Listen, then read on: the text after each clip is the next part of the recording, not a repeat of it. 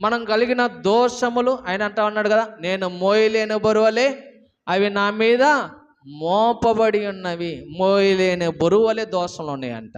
నిజమే కదా. మనం కూడా జ్ఞాపకం చేసుకుంటే మన జీవిత కాలంలో మన దోషము అని మనం కానీ కనిపెట్టి చూస్తే అంటాడు కదా, ప్రభువా ఎవడు నిలువగలడు, మోయలేని బరువులే మన మీద మోపబడి ఉన్నాయి. మనం చూసుకుంటే రోజుకు ఒక అబద్ధం ఆడామనుకో, నెలకెన్ని 30, సంవత్సరానికి 365, 2 సంవత్సరాలకి, 5 సంవత్సరాలకి, 10 సంవత్సరాలకి ఒక్క అబద్ధమే. రోజుకొక్క దోషము కానీ మనం కానీ చేస్తూ ఉంటే మన జీవితకాలంలో ఎన్ని దోషం మన మీద మోపబడినాయో.